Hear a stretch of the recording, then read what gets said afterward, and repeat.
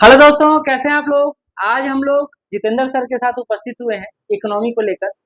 भारतीय अर्थव्यवस्था का जो टॉपिक है और जो सब्जेक्ट है वो हाल ही के दिनों में खूब चर्चा में है। सर, बीपीएससी क्वेश्चन हार्ड बनाएगा तो कहाँ जाएगा। देखिए, इकोनॉमिक्स का जहाँ तक सवाल है, जिस इकोनॉमिक्स में क्वेश्चन टफ होने का मतलब है कि ओवरऑल सारा टफ रहेगा। अगर बीपीएससी एग्जामिनेशन को टफ बनाना चाहता है तो सबसे पहले वो इकोनॉमिक्स में क्वेश्चन को थोड़ा टाइट करता है। सर, ऐसे भी आसान तो नहीं रहा है। नहीं, ऐसा 68 देख लें, 69 देख लें, 70 में तथ्यात्मक जरूर है जो अभी हम लोग देखेंगे भी। आप थोड़ा सा सब्र करिए। लेकिन सर, क्वेश्चन तो टफ रहा है इकोनॉमिक्स का हमेशा से, और इसका बिना कंसेप्ट क्लियर हुए तथ्य को रटने से काम चलेगा। इकोनॉमिक्स जो विषय है, बिना आपके कंसेप्ट का, अगर कंसेप्ट जब तक आपका सही नहीं होगा, आप प्रश्न को मतलब कॉन्फिडेंटली उसका सॉल्यूशन आप नहीं कर पाएंगे।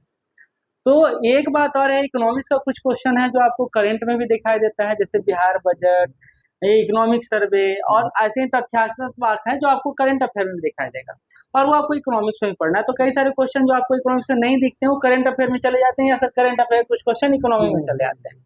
तो आज हम लोग विशिष्ट टॉपिक की चर्चा करेंगे, और एक भी क्वेश्चन इंपॉर्टेंट होता है। इस तर्ज पर हम लोग इकोनॉमिक्स को भी साथ लेकर चल रहे हैं, और आपका अभी बिहार स्पेशल और करंट अफेयर का जो बैच चल रहा है, उसके अलावा जो कॉम्बो बैच लेकर आए हैं, इकोनॉमी और ज्योग्राफी का लेकर आए हैं। अभी ज्योग्राफी का चर्चा किया सर, 20+ क्वेश्चन आ रहा है ज्योग्राफी से, इकोनॉमी से भी 10+ जा रहा है। तो उसको लेकर क्या स्ट्रेटजी हो, और इसी स्ट्रेटजी पर हम लोग चर्चा करेंगे। देखिए सर, कहाँ से क्वेश्चन आ रहा है। लगातार 60वीं 62वीं देखिए 12 क्वेश्चन आया, 63वीं में 15 क्वेश्चन आया, 64वीं में 12 क्वेश्चन आया, 65वीं में 12, 66वीं में 17 क्वेश्चन तक गया है सर, 67वीं में 15 क्वेश्चन गया है, 68वीं में 12 और 69 में 13 क्वेश्चन। एक और इम्पोर्टेंट बात है, 70वीं में नंबर ऑफ क्वेश्चन इकोनॉमिक्स से कम आया है, और जिस बार सर सब कम आता है उसके अगला बार हिट करता है। हाँ, हिट करता है। और इस बार आप लोग पूरी तरह से मेंटली प्रिपेयर रहिएगा। बीपीएससी का प्री जो होगा वो निश्चित रूप से 70वीं से ज्यादा टफ होने वाला है, इसमें कोई डाउट नहीं, इसमें कोई डाउट नहीं। और दूसरी बात कि जब एग्जाम का लेवल, क्वेश्चन का लेवल बढ़ेगा तो निश्चित रूप से नंबर ऑफ क्वेश्चन इकोनॉमिक्स का बढ़ेगा, क्योंकि वहीं पर वो उसको ये करता है। तो मान लिया इकोनॉमिक्स का क्वेश्चन अगर बढ़ाता है और थोड़ा उसमें टफनेस आती है तो निश्चित रूप से परीक्षा का लेवल बढ़ जाता है ऊपर। मुझे याद है सर, 56वीं 59वीं में 25 क्वेश्चन के आसपास, 56वीं 59वीं की बात कर रहा हूँ, 25 क्वेश्चन के आसपास इकोनॉमिक्स से था। उसको रिपीट नहीं किया है क्योंकि आपके साथ सहूलियत बरत रहा है, लेकिन हाल ही के दिनों में कभी कभी जलवा तो रहा है, जैसे 66वीं में ही सर। तो आपसे फिर अनुरोध कर रहा हूँ, 70वीं में लगभग 8 से 10 क्वेश्चन दिया है, लेकिन इसका एवरेज क्वेश्चन 12 से 15 क्वेश्चन है। तो याद रखिए, 71वीं बीपीएससी में आपका नंबर ऑफ क्वेश्चन इकोनॉमिक्स से बढ़ सकता है। और बीपीएससी का ये स्ट्रेटजी है, वो हर 5 साल पर इस तरह से चौंकाता है। बिल्कुल। तो हम लोग इसी को लेकर, इसी को ध्यान में रखकर टारगेट बैच आपका सेट किए हैं, और 71वीं का यह टारगेट बैच है जो लगभग 12 से 15 क्लास का टारगेट बैच है। इसी तरह ज्योग्राफी का भी है जो कॉम्बो बैच चल रहा है, मात्र 199 में, 18 तारीख तक आपको 199 में दे रहे हैं। उसके बाद इसका फीस हम लोग बढ़ाने वाले हैं, तो आप जुड़ जाइए जल्दी से। और देखिए ना, हम लोग कितना अच्छे से डिसाइड किया सर, टॉपिक डिसाइड किए हैं, सोर्स हम लोग बताए हैं कहाँ से आपको सोर्स ले रहे हैं, और टेस्ट भी रखे हैं। तो आपका टारगेट देखिए, बेसिक इकोनॉमी, नेशनल इनकम, मुद्रा और बैंकिंग, बजट, आर्थिक सर्वेक्षण, भारत और बिहार दोनों को लेकर चल रहा हूं मैं।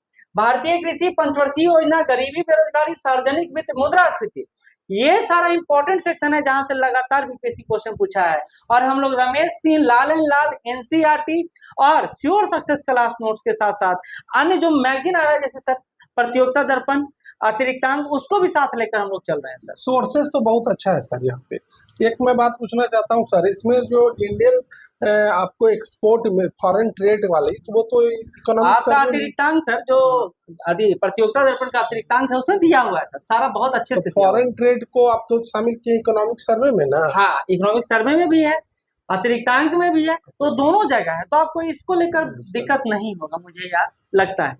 तो आप हमारे साथ जुड़िए, हमारे साथ चलिए। एक एक नंबर इंपॉर्टेंट है, इस कॉन्सेप्ट के साथ श्योर सक्सेस आपके साथ काम कर रहा है। और इस बार सिर्फ पढ़ाने पर हम लोग काम नहीं कर रहे हैं, कंटेंट, पावरफुल कंटेंट पर काम कर रहे हैं। और ये बैच आपको हिंदी और इंग्लिश दोनों में मिलेगा सर। इसको लेकर आपका स्ट्रेटजी भी क्या है, क्योंकि आपका भी 2-3 टॉपिक है, 4 टॉपिक है आपके पास। एक भारतीय कृषि आप पढ़ा रहे हैं सर, एक सार्वजनिक वित्त आपके हिस्से में आया है, और एक आपका करेंसी और बैंकिंग भी आप ही पढ़ा रहे हैं सर। इसको लेकर आप क्या प्रोग्राम बनाए हैं सर? देखिए, मुद्रा और बैंकिंग का ये जो 3 टॉपिक सर ने बोला, एक मुद्रा और बैंकिंग, और दूसरा इंडियन एग्रीकल्चर, और तीसरा सार्वजनिक मतलब पब्लिक फाइनेंस। ये जान लीजिए, ये फर्स्ट पेपर यानी जो प्री का सबसे कोर ये टॉपिक्स है। इसमें आपको इंडियन एग्रीकल्चर थोड़ा ये लग सकता है कि उसमें आपको थोड़ा उतना ज्यादा टफनेस नहीं है, लेकिन ये मान के चलिए कि इंडियन एग्रीकल्चर से प्रश्न हो गए ही तो होता है सर, हर मस्ट है। मतलब भारत में ये मैं यूं कहता हूँ, इंडियन इकोनॉमी को जो पढ़ेगा और जो एग्रीकल्चर को अच्छे से नहीं जानता है, कभी वो कंफर्ट जोन में नहीं रह सकता। ये प्री और मेंस दोनों की मैं बात कर रहा हूँ। और सर ने कहा यहाँ पे कि जो आप एक है ये पब्लिक फाइनेंस और दूसरा लगातार क्वेश्चन है पब्लिक फाइनेंस, इससे और लगातार आते भी रहेंगे।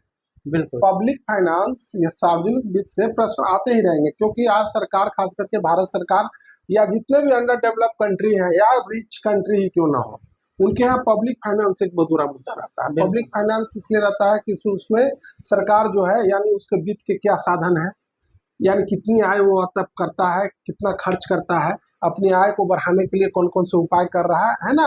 तो ये एक बड़ा ही इंपॉर्टेंट इकोनॉमी का किसी भी मतलब गवर्नमेंट के लिए, तो यहाँ से तो प्रश्न होना ही होना। दूसरा, चूंकि इंडिया एक एग्रीकल्चरल बेस्ड कंट्री है, तो एग्रीकल्चर से प्रश्न न हो ये तो संभव नहीं है, चाहे वो बिहार के एग्रीकल्चर से हो या आपको इंडियन एग्रीकल्चर से हो, लेकिन वहां से प्रश्न आपको होंगे ही होंगे। एक तीसरा टॉपिक सर ने कहा था आपको ऊपर जो है मुद्रा और बैंकिंग।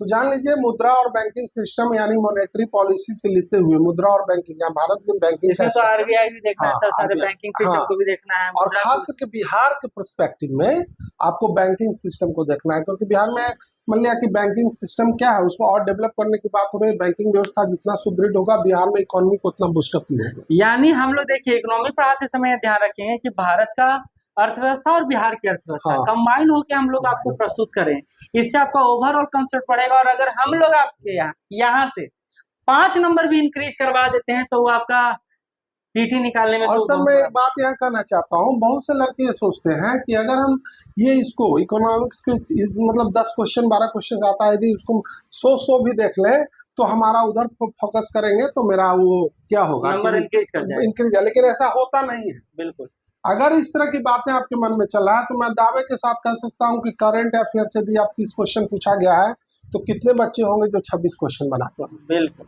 यानी एक बैलेंस स्टडी आपके पास होना जरूरी है। अगर इकोनॉमिक्स के क्वेश्चंस के लेवल को वो ऊपर उठाएगा तो उसके लिए आपको मेंटली तैयार रहना होगा। और एक बार सर एक क्वेश्चन को हम लोग दिखा भी देते हैं। अभी आपका बैच चल रहा है करंट अफेयर बिहार स्पेशल का भी, जो बेजोड़ भी है और आप लोग का बहुत प्यार भी मिल रहा है, इसके लिए धन्यवाद।